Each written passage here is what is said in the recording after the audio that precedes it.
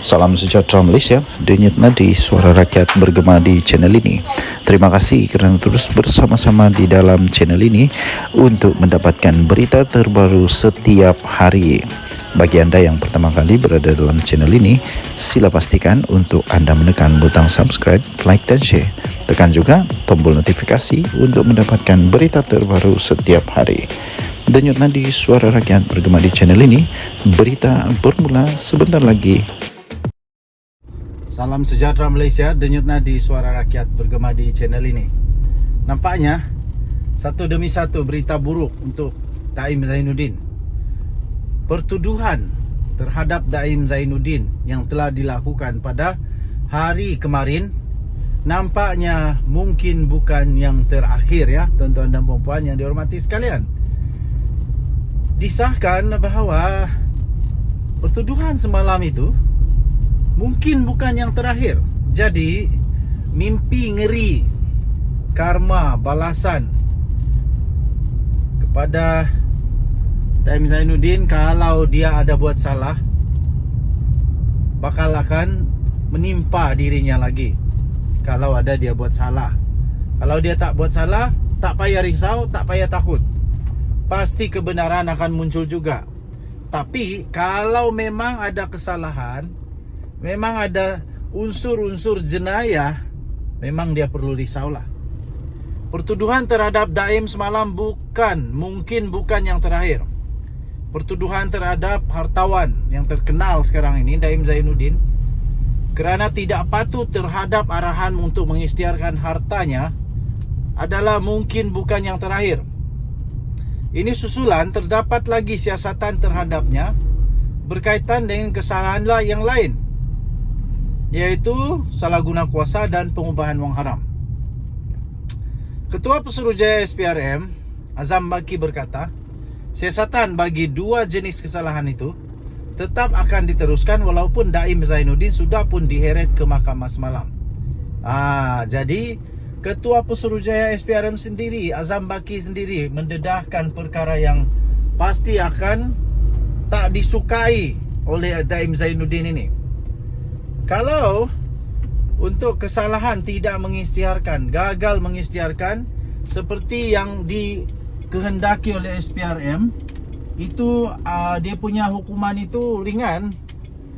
Mungkin ringan kerana dendanya pun kalau setakat 100,000 tu bagi saya mungkin bagi Daim Zainuddin kerana dia cukup kaya.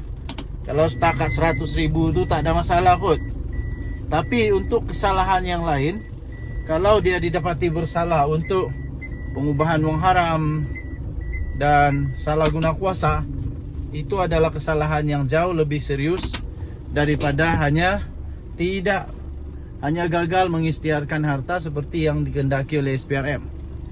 Jadi kalaulah dia pula terkena dengan salah guna kuasa dan pengubahan wang haram, itu satu perkara yang amat sedih, amat menakutkan dan pasti tak disukai oleh Daim Zainuddin.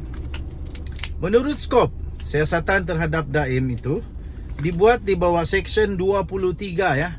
Seksyen 23 Akta SPRM 2009, iaitu salah guna kuasa untuk suapan, dan Seksyen 4/1 Akta Pencegahan Pengubahan wang haram, pencegahan pembiayaan keganasan dan hasil daripada aktiviti haram 2001, iaitu pengubahan wang haram.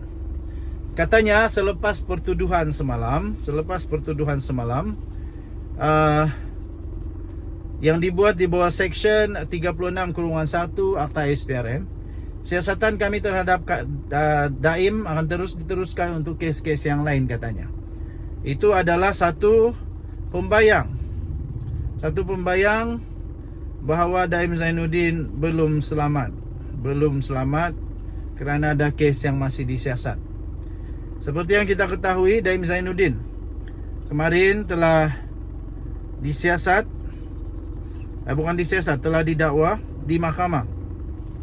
telah didakwa di mahkamah kerana kesalahan gagal mengisytiharkan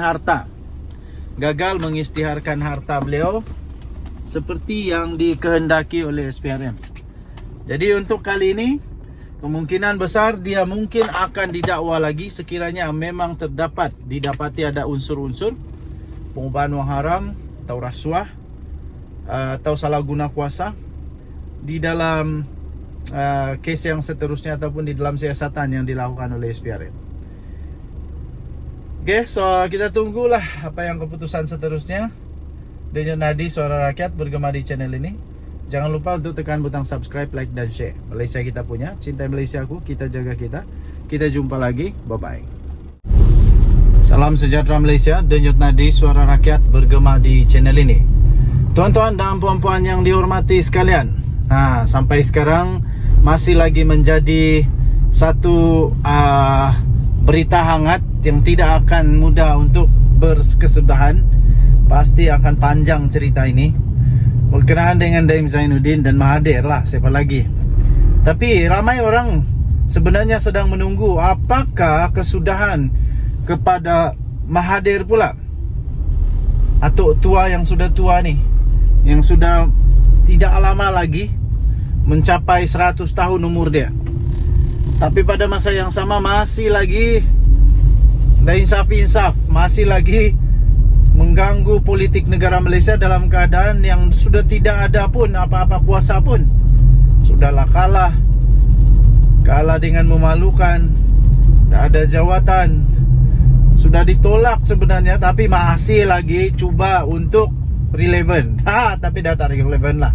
Okey, jadi ada yang terbaru ini berkenaan dengan Mahathir. Jadi Mahathir patutlah rasa takut sekarang ini. Dia patut rasa takut, rasa risau, rasa bimbang. Sehingga buat pertama kalinya dalam keadaan sudah tua begini. Belum pernah Mahathir buat tau. Darilah dia jadi PM sampai dia sudah jadi bukan pembangkang. Sampailah dia jadi tak ada apa-apa lagi lah fungsi guna, tak ada lagi guna sekarang ini.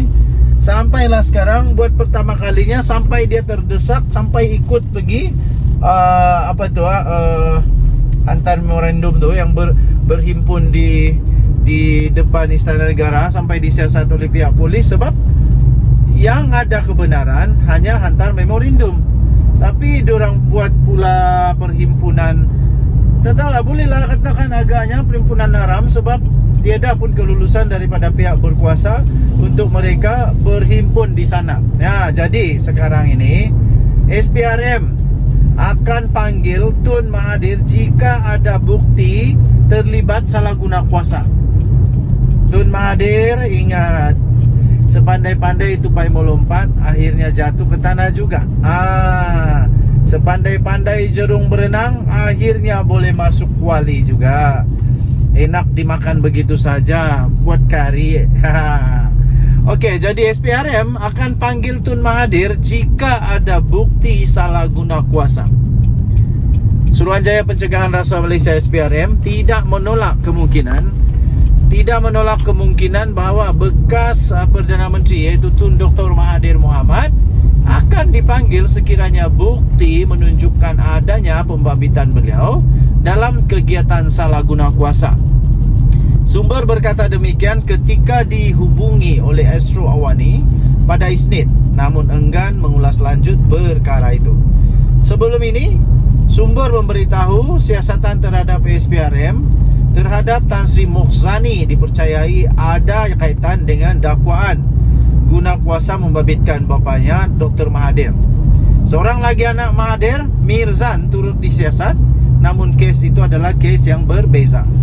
Kalau tak silap, Mirzan hanya supaya dia mengisytiharkan harta. Tapi untuk Mokhzani, Mokhzani ini agak agak dahsyat sikit lah. Sebab mungkin membabitkan bapaknya Dr. Mahathir.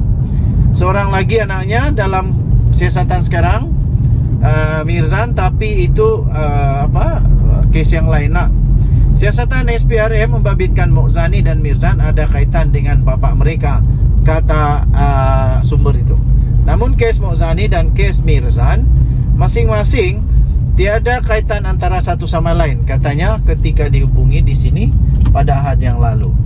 Okey, so Kita tunggu apakah akan terjadi.